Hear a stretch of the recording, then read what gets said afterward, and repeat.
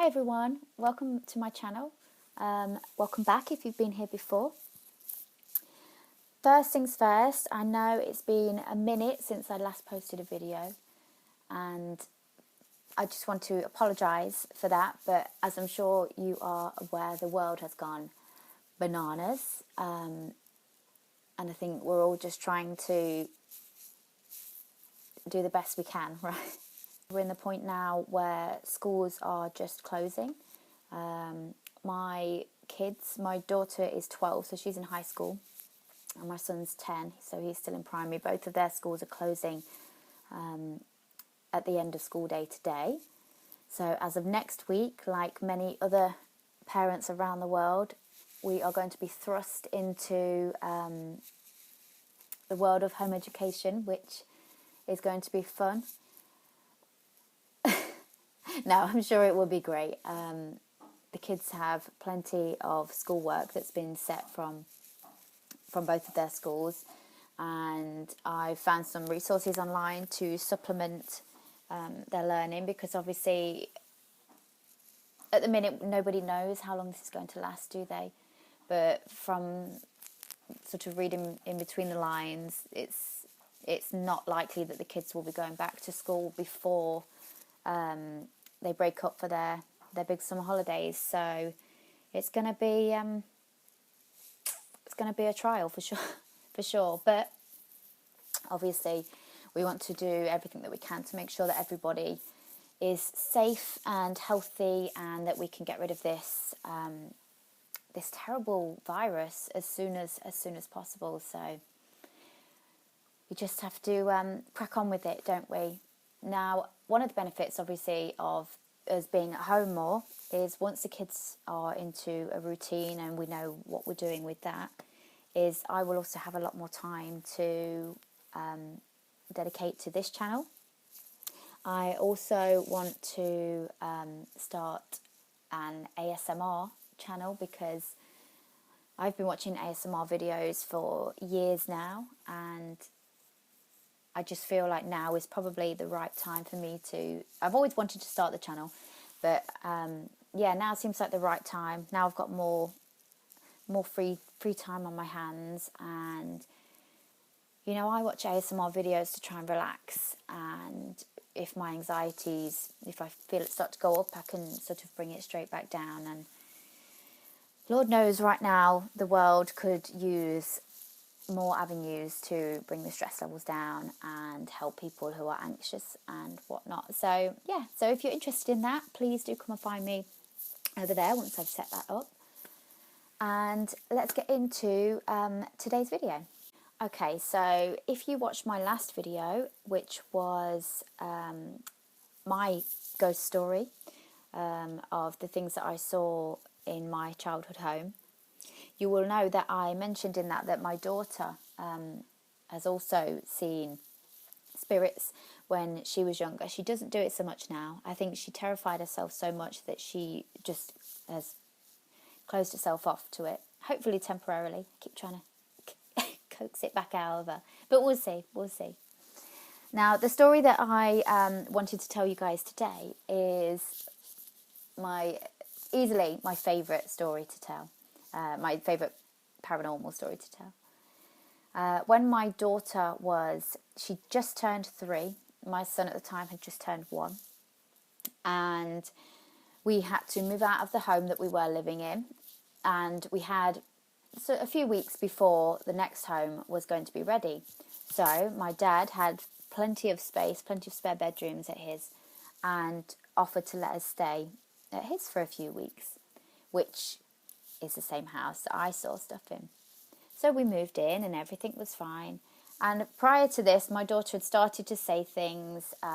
She'd seen things at night as well that had started to make us believe that she might be gifted. She might be able to see spirits. And this story absolutely confirmed it for me that yes, she could. So one afternoon, it was just myself and the kids in the house. We were sitting in the kitchen area. Now, the kitchen has a door where you can see straight through to the hallway and you can see the stairs. And my daughter was sitting on the sofa, and she looked out towards the hallway, and then she turned to me and said, "Mummy, who's that lady that keeps walking up and down Grandad's stairs?" What? Excuse me, what? So I was like, "What lady? Like, there's nobody here, darling. What lady?" And she's like, "Yeah, that lady keeps walking up and down Grandad's stairs." And I knew when she said it that she definitely was saying it. She wasn't making this up. There would be no reason for her to make this up. Like I say, she's 3 years old. Just 3 years old. And so I said to her, "Well, what's this lady doing?" And she said, "She walks up and down the stairs doing this." And I was like, "Doing this?" I said, "Do you mean doing like buttons up on a coat?" And she said, "Yeah." And honestly, my jaw just fell to the floor and I couldn't quite believe what she was saying. And so I tried to ask her some more questions about it, but like kids of that age, their attention span is not that great. And then she was off playing again. But she never ever forgot saying, "Who's that lady on the stairs?" And a couple of times after that, she would still say to me, "Mummy, where's that lady? Mummy, where's that lady?" Now, my dad lived there by himself, so it's not like she could have been talking about, a partner of his. There was nobody else in that house. And one of the things I found most interesting was, at that age, I put her in coats, my daughter in coats with zips, just purely for ease. She didn't have any button-up coats. I don't think any of us did. So if this was just something in her imagination, her mind surely wouldn't go straight to doing buttons up on a coat. It would go to doing zips up that was normal to her. And my dad's house was built around in the 1930s. And obviously back in those days, coats would have been buttoned up. They wouldn't have been zipped. And it does make me curious as to whether she has seen maybe a lady who used to live in the house many, many years ago, which would be really cool. And it would have to be somebody that had lived in the house years and years ago, because prior to my dad buying the house, it was used as, it had been turned from a house into offices. So nobody lived there. It was just like a 9 to 5 office thing, and then at night time it would be empty for many, many, many years. Then my dad bought it and turned it back into a family home. So I am convinced that what my daughter said that she saw, she absolutely did see. Like I've explained to you in the last video, which I'll link down below if you haven't seen it, there is definitely 100% stuff in my dad's house.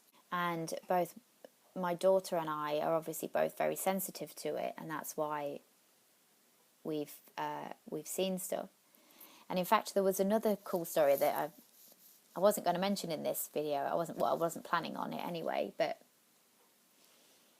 And I took the kids to Warwick Castle with my mum, and we were just walking around. And I'm obsessed with history and sort of castles and places with real historical value, because I love when you can walk in somewhere and you can feel the history of a place. And I love going and thinking, I wonder who's walked here, who's lived here, what conversations have been had in this place. So I'm obsessed with places like this. So I took the kids and we were walking around, and we were having a great time. Nothing out of the ordinary. And then we went into this one particular room, and the second that we stepped, I think it was called the Kingmaker's Room. Maybe? I don't know. If you've been to Warwick Castle, maybe, or I could just be completely making that up. So we walked into this one particular room, and the second that I stepped into it, I felt a shift. The air was heavy. It didn't feel particularly nice in there, and I started to feel dizzy. Like within a second of walking in there, bang, it hit me. Now I was stood. We walked in single file, so my mum was at the front, then my daughter, then my son, then me, and I felt it hit me. as I felt it hit me, my daughter turned around and just looked at me. And I knew that she was feeling the same thing. And I said to her, do you feel that? And she just went and grabbed hold of my hand and literally would not let go of my hand until we'd walked out of the other side of the room. And interestingly as well, in that room, I had taken with me, I had my phone, like most people do, and I'd also taken like a standalone camera. So I took the camera out to take a picture while we were in there, as I'd done all the way around, and the camera turned itself on, and immediately the batteries drained and it went off, which was weird. But you can kind of, you know, I try not to jump to like, oh, it's paranormal, everything that happens. So you can kind of write that off as, okay, well, I've been using it, maybe the batteries were low, okay, that's fine. So I got my phone out and thought, well, I'll just take some pictures on my phone. And with my daughter still clutched onto me, I'm trying to take a picture. And the same thing happened to my phone. The battery went dead, my phone cut off. And I was like, okay, now this is weird. So we were like, okay, we need to get out of this room. So we left out of the room. We stepped outside. It was like you take a deep breath and like everything lifts off you. That's exactly what it felt like. My daughter relaxed instantly, like I could feel, because she was holding on to me, I could feel her body just relax. The weirdest part was I then grabbed my phone and my phone was on. And when I looked at, I hadn't even got to the point when I was trying to take a picture, I hadn't got to the point where I'd pressed the button to take a picture. I'd pressed the camera to go into it and it went off. And when I looked in my picture roll later on that day, there was a picture which would have been in there that was purely black but with a white line going through it, which was so creepy. It was just absolutely crazy. And that definitely, for me, sort of corroborated what my daughter and I felt when we walked in there. That was cool. That was really cool, actually, to experience that. But I think that was the only thing. That was the only thing that we felt going around there. I know, actually, I'm sure they do, like ghost hunts and things like that at Warwick Castle, that I would love to go to, but I cannot, for the life of me, convince anybody to come with me and go on one. See, the thing is people that know me, like my family and sort of close friends, know that weird stuff happens when I'm there. So none of them will go with me, which is a shame. So I need to find more sort of paranormal ghost hunting type friends to go on these sorts of things with. And my daughter, she just flat out refuses to go back to Warwick Castle because of what happened as well. So, or maybe I should just go on my own. No, I'm not brave enough. I'm not brave enough to do that.